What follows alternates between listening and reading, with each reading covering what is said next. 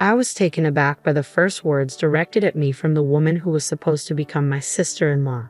My brother, with an even more malicious grin, turned to me. "Sis, just go home already. Please don't forget to leave your gift, though."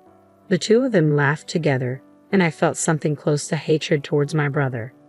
But then, he said something that made me lose even that emotion. "Well, it doesn't really matter if we have your gift or not. All our relatives love me, and they are probably giving us a lot of money. Mom likes me more than you two, so she might even give me all of her property." "Hey, that makes it sound like you're just using them for money," I retorted. "Well, it can't be helped. They're a good source of income," he replied nonchalantly. I never thought my brother could be such a terrible person. Despite it being our first reunion in a long time, he hadn't changed a bit since the old days. If anything, his terrible personality had only worsened, and I couldn't stand it anymore. I reached my limit and left the waiting room while the two of them laughed together. "My name is Emma. I'm 32 years old. I work for a foreign cosmetics company. After graduating from college, I worked for another company but was lucky enough to be headhunted by my current company. The people I work with are ambitious, and I work tirelessly every day while receiving constant motivation. As a result, I now hold the position of department head. Ever since I started working at this company, they have recognized my worth. Every day has been enjoyable. Of course, there are times when I struggle with work, but the sense of accomplishment after overcoming those challenges is something I can't experience anywhere else. I've never been one to spend my days thinking about how much fun I'm having. Especially before going to college, my days were very stifling. I have a younger brother, Nate, who is 5 years younger than me. Ever since Nate was born, my mom has been completely devoted to him. She loves him so much that I became less important to her. As a young child, I couldn't find anything to fill the loneliness of not being cared for by my mom. The more my dad and relatives tried to pay attention to me, the more I missed my mom. On the other hand, Nate was the first boy born in our family in a long time. He was also the type to easily get spoiled by anyone. So before long, our relatives stopped caring about me and only doted on my brother. To make matters worse, I have a strong sense of justice and hate wrongdoing. Not many people find a child who points out problems so cutely. Because of this, I became more and more distant from my relatives. The worst part was Nate's personality. Having been pampered by my mom and relatives, Nate grinned to someone who couldn't be satisfied unless he was the center of attention and knew exactly how to behave to get it. You could say he was skillful and good at getting by in life, but you could also say he was manipulative. I found it increasingly difficult to get along with my brother, Nate. He often found himself in fights, and my mom was always quick to defend him. As the favoritism towards Nate grew stronger, I began to lose my sense of purpose. It wasn't just my mom. Even our relatives started favoring Nate, and I felt increasingly out of place during family gatherings. Seeing my discomfort, Nate would casually suggest, "Why don't you go to the other room, sis?" His smile belied a look that brooked no objections.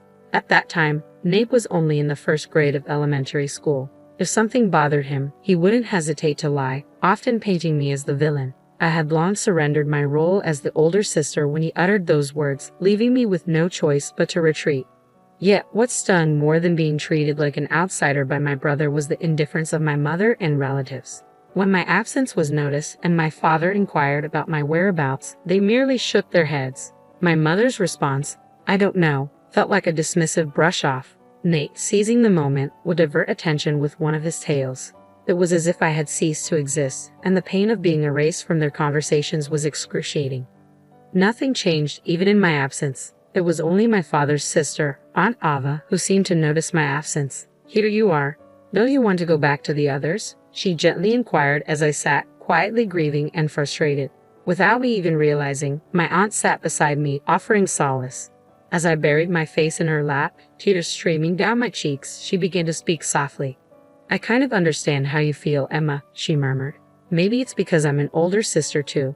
Ever since my brother was born, he was the one who got all the attention. You know how our relatives are, mostly women, so they really spoil the boys. I always thought it was unfair, even for you and Aunt Ava." I was taken aback to learn that my aunt, who always seemed so cheerful and in control at family gatherings, had also experienced feelings of jealousy towards her brother. Her admission caught me off guard, Yet her gentle smile in response to my question softened the weight of her words.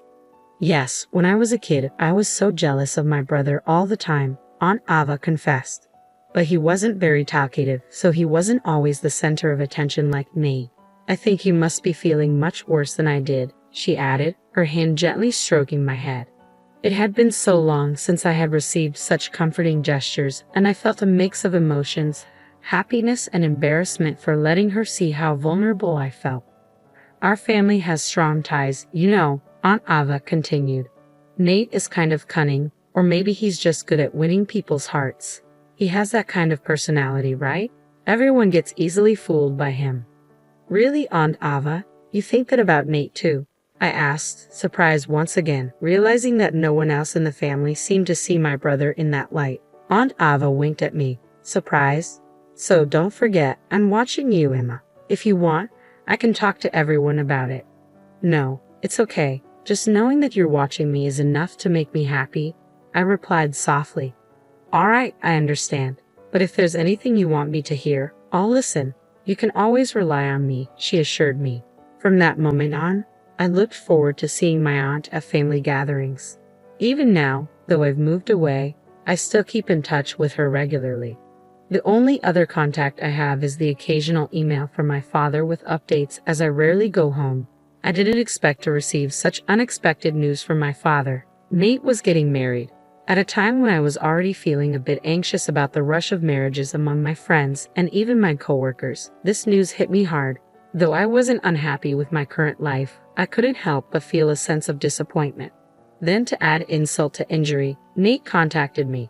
Jesus, long time no see. His message read, I'm getting married and my fiancée is already pregnant. Don't worry about not being married and showing our parents or grandchild. I've got that covered.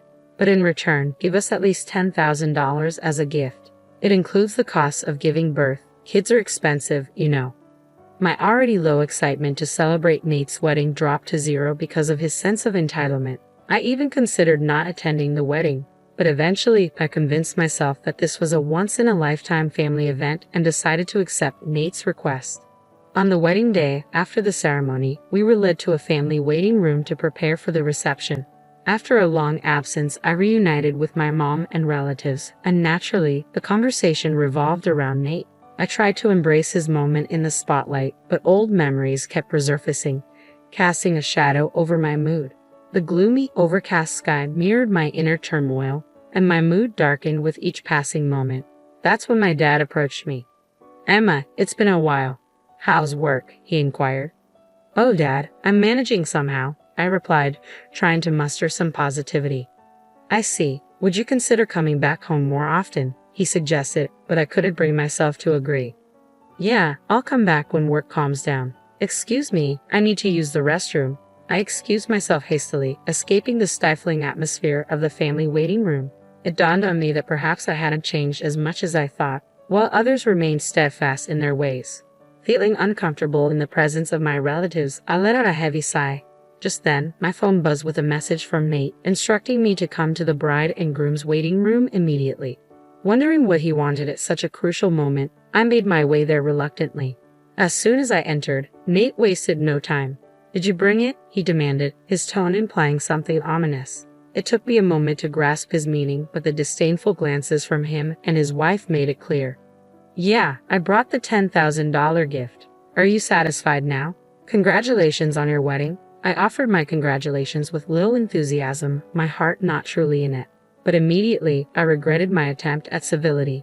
$10,000. I clearly said to give more than that. Isn't it common courtesy to give more than the requested amount? Nate retorted, his tone dripping with entitlement.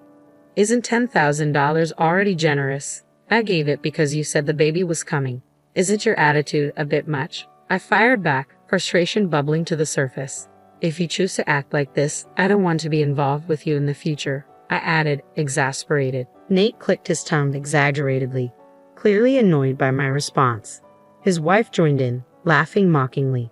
Don't worry, we don't plan on relying on someone who's still unmarried in her 30s and acting so high and mighty for such a small amount of money, she taunted, her words stinging with condescension.